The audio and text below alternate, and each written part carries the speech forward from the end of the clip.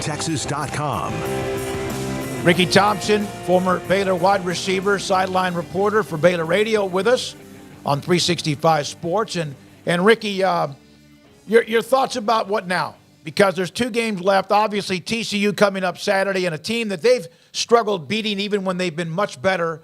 Charlie Brewer got them once, obviously 61-58, but it's been few and far between. What now? And do you consider TCU a rival? Sure. I think so. 90 miles apart. Nobody likes anybody involved in that series either way. So, sure, I think it is. And hopefully that alone will bring some inspiration to a team late in the season who, frankly, doesn't have a lot left as far as goals. Bowl's out of the question now for sure. Probably has been for a couple of weeks. And coming off a game, which, by the way, K-State, I'm still not so sure they're not the best team in the league. That's a really good football team. I think when you give somebody like that 3 scores, you're in big trouble. But, yes, I think this game's a rivalry. I think it'll be treated that way. And with that, that always gives you some optimism, because how many times have we seen a game like this that doesn't go exactly like you think it should, and happens more often than not. So I think with that, that's what you've got to put into these players, and hopefully they put it into themselves, that this is an important game, 90 miles apart, somebody you're going to play every year from here on out, no matter how this league and the schedule presents itself going forward. You're going to play TCU every year. Ricky, you've been in all kind of different rivalry type games, or your season at the end and playing for different things. For Baylor, they're playing for pride right now and a play spoiler. Against TCU in particular, if they do win this game, TCU can't go to a bowl. So they have to win their next 2 to be able to do that. How much of that would be a motivating factor? Well, yeah, I think it's a factor. I don't think there's anything that Baylor fans would like much more at this point in the season than at least knocking TCU out of a bowl game.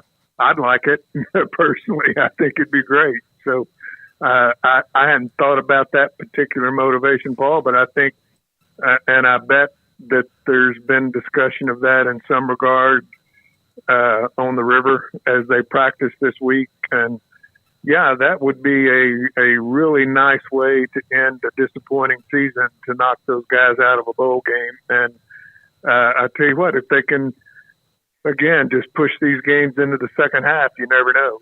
And they're going to have to play mistake-free. Obviously, TCU runs an offense in the spread with Briles that has given us some fits.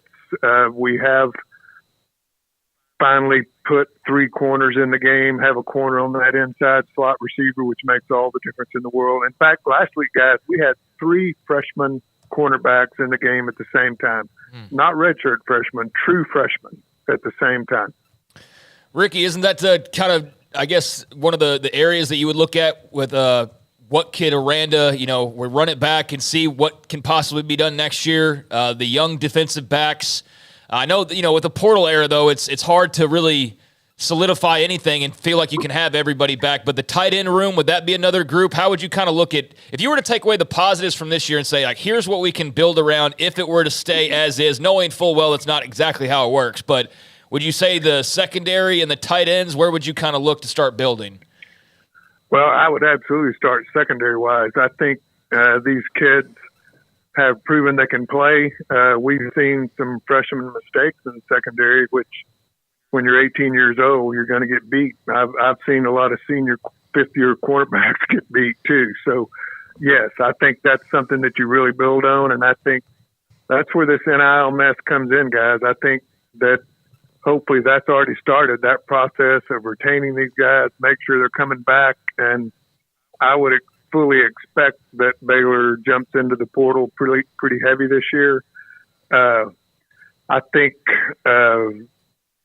quarterback, you've got a couple of guys back there. I think you're always looking. I do think Blake is a kid that, considering what he's been through this year, has played very well, and I'm proud of the way he played. But The tight end group, even with Dabney leaving, I think's got a chance to be really good. Receiver, I think there's some work to be done there. There's some kids there that can play. They just hopefully will develop further. And obviously it's hurt for Keytron Jackson to be out the last couple of weeks. But there are some things to build on. I think overall you just build on the fact that a lot of your better players are just kids. They're young guys, and you've got, I guess 9 seniors that are really playing. That's not many.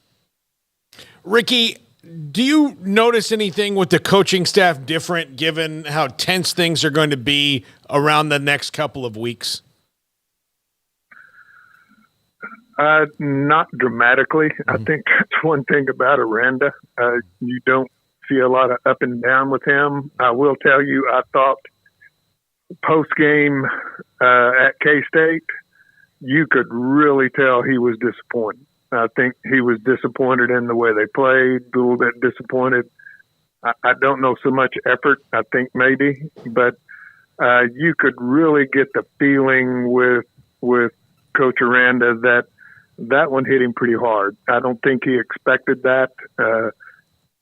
I'm talking about the way the game went school-wise. I don't think he expected that at all. So that's something that the coaches have to overcome too, because I tell you, that does permeate through a team when they can tell a coaching staff is having trouble staying motivated. But I don't think that's going to be the case, and I'm really glad it's TCU and not somebody else at this point that would not be considered rivalry at all. And I'm not knocking Iowa State or Kansas or somebody like that, but the fact that you're playing a team that you don't like very much, I think the timing's pretty good. Ricky, I don't know if you've been asked this before. We asked JJ. He wasn't thrilled with this new name of the rivalry between Baylor and TCU.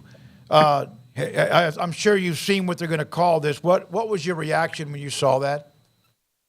Probably the same as everyone else. I didn't like it, but I didn't pick it. So it is what it is. I don't know how in the world they came up with it, but you know, I don't think it's a bad idea to have a name for the game and to have some kind of trophy, whatever it may be. The name is what it is. If we win, I don't care what they call it. There you go. Yeah, you know, probably wouldn't have picked that one. It's how I'm going to approach Twitter. I'm not going to call it X, no matter how long it stays that. And I'm not going to call this game the Battle of the Blue Bonnets, the Blue Bonnet Battle. Yeah. It doesn't matter because I'm not calling it that. Well, you know what? I probably agree with you on both cases. The rivalry it is. Yeah. Yeah. I think that's the name of it, and I think let's just call it "We Don't Like Each Other" Bowl, and let's go. Yeah, and by the way, it's Baylor. Surely there have been way too many times when they were probably as good or better, and it didn't matter. That is a thorn in their side. TCU usually finds a way. No matter 61-58 will live forever, but man, have they lost some games against what looked like an inferior team. Yeah, and Ricky, to that. Yeah, and Ricky, I was going to say to that point. I mean, last year it wasn't an inferior team, but man, what we had that game, we score late, go up 28-20, hold them with a 2-point conversion. All you got to do is get a first down, it's over, and you beat a team that's 10-0. So you're right. It just seems it's always something. Yeah, Rick, I was going to say, I got the feeling that's still a scar, that game last year, when hearing Aranda talk about like how that gutted them. And obviously they've been on a little bit of a slide since then. That wasn't the start of the slide per se, but that game feels like it left a little bit of a mark that may not ever go away for those that were involved, especially in the coaching. Well, I mean, I guess the players too, but I just got that sense from Aranda. Do you sense that as well, just how excruciating that loss was? Yeah, I think so. I just, when you think about it, that was in the middle of a streak that started not very good football and quite a few losses. I guarantee if you win that game and you pull it out, a lot of things end up differently and probably are even different right now. You beat a team that was ranked in the top 5 and 10-0. That changes things. I mean, that would have been a huge, huge win, probably comparable to the 61-58, not a championship year, but to beat a team ranked that highly and really outplay them that day and let them go down and score late with the field goal, clock running out, run out as time expires and kick it. And man, I was standing back there. That dude was right down the middle. There wasn't any doubt. But I was deflated, so you can imagine those players. Yeah, it was a huge win that allowed TCU to do the rest of what they did, despite the loss to Kansas State. Sets up the win against Michigan, despite what happened to Georgia. But it was a miraculous year for them, an unbelievable, magical year. But yeah, that kind of was one of those. I always thought that they never recovered from Kansas State, like basically bullying them. But yeah, that one there, woo, that was a low moment with the last second field goal. And for them to do it at Waco and Baylor at McLean Stadium like Callahan had done it back in 2014 Yep. was kind of almost a memory of that too. Yeah, and you know what it reminded me of? I don't know if you guys remember. Patterson was still up there. They had us down 9-0 at the half. We looked terrible, and came back and kicked a 51-yard field goal last play of the game to tie it at 9, and then win it in double, triple overtime. That's one of those where they're feeling like, let's go jump off the top row of the stands when this is over. I think maybe that's the way we felt last year after that one. Ricky, thank you very much for your time. Baylor Radio sideline reporter Ricky Thompson, former Baylor wide receiver, with us on 365 Sports.